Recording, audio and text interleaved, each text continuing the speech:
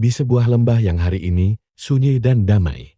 Sejarah pernah berdiri berhadapan dengan ketakutan.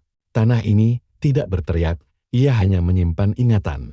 Inilah tempat di mana keberanian seorang gembala mengubah arah sejarah. Nama tempat ini adalah Lembah Elang dalam bahasa Ibrani. Emek Haelang berarti lembah pohon tarbantin. Terletak di wilayah perbukitan Yudea, sekitar 30 km di sebelah barat daya Yerusalem. Ini bukan lokasi simbolik, ini adalah tempat nyata yang disebut langsung dalam kitab suci.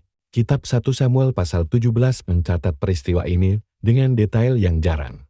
Orang Filistin berkemah di antara Soho dan Aseka. Pasukan Israel berdiri di bukit seberangnya, dan di tengah lembah ini seorang prajurit raksasa bernama Goliat turun menantang duel selama 40 hari.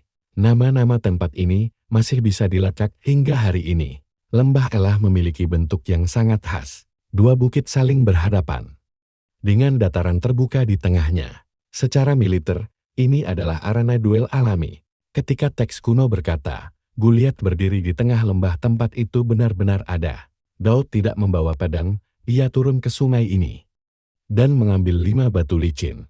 Hingga hari ini, sungai Elah masih dipenuhi batu-batu bulat dan halus, cocok untuk ketapel kuno. Alam di tempat ini tidak menolak kisah Daud, ia menjelaskannya. Di sekitar lembah ini, berdiri kota-kota kuno yang penting. Tel Azeka, benteng strategis Israel kuno, dan Tel Esafe, yang oleh banyak arkeolog diidentifikasi sebagai Gati, kota asal Goliat. Penggalian di sana menemukan budaya Filistin dari abad ke-10 sebelum Masehi, zaman yang sama dengan Daud.